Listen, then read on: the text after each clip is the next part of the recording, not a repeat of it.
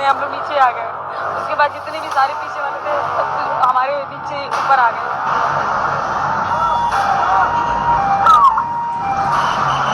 अब तक की सबसे बड़ी खबर आ रही है भारत के नई दिल्ली से, जहां पर एक रेलवे स्टेशन पर दर्दनाक भगदड़ में 15 लोगों की मौत की खबर बताई जा रही, जिनमें 10 महिलाएं और 3 बच्चे शामिल हैं।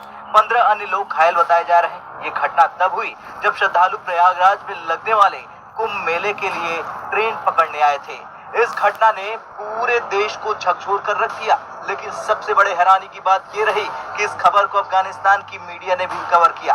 आखिर क्यों और इस हादसे के पीछे कौन जिम्मेदार है और क्या ये भारतीय रेलवे की लापरवाही का नतीजा था? आइए इस रिपोर्ट में विस्तार से समझते हैं। दरअसल ये घटना नई दिल्ली के रेलवे स्टेशन पर बताई जा रही, जहां हजारों की संख्या में श्रद्धालु कुंभ मेले के लिए ट्रेन पकड़ने पहुंचे थे।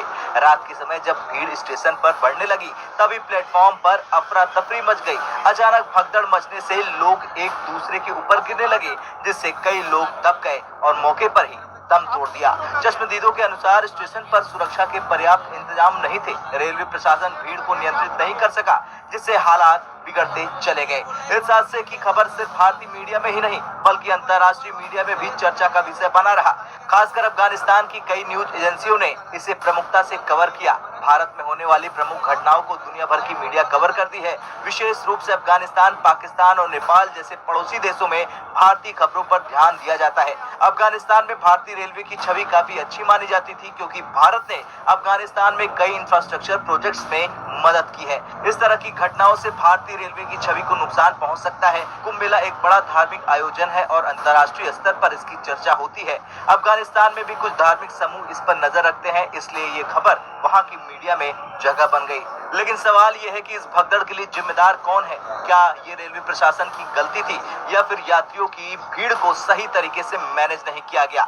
दरअसल प्रशासन ने दावा किया है कि उन्होंने पहले से ही स्टेशन पर सुरक्षा के पुख्ता इंतजाम किए थे, लेकिन जब भीड़ अचानक से बढ़ गई तब हालात काबू से बाहर हो गए। वहीं यात्रियों का आरोप है कि प्लेटफॉर्म पर कोई भी स्पष्ट निर्देश नहीं थे, जिससे लोगों में अफरा तफरी मच गई। भगदड़ मचा हुआ है, इसके लिए अंदर जाने नहीं दे रहे हैं। अभी 11:55 की ट्रेन है, कानपुर जाना है और जाने के लिए मना कर रहे हैं। कोई कम से कम अनाउंसमेंट तो करे, सारी ट्रेन बंद है, सारी ट्रेनें रद्द है। पिछले कुछ सालों में इस तरह की भगदड़ की घटनाएं बढ़ी हैं। खास तौर से धार्मिक आयोजनों के दौरान सुरक्षा व्यवस्था एक बड़ा सवाल बन गया है। इससे पहले भी कई ऐसी घटनाएं हो चुकी हैं। जी हां, भारत में रेलवे स्टेशनों और धार्मिक आयोजनों में भीड़ के कारण भगदड़ की घटनाएं पहले भी हो चुकी है।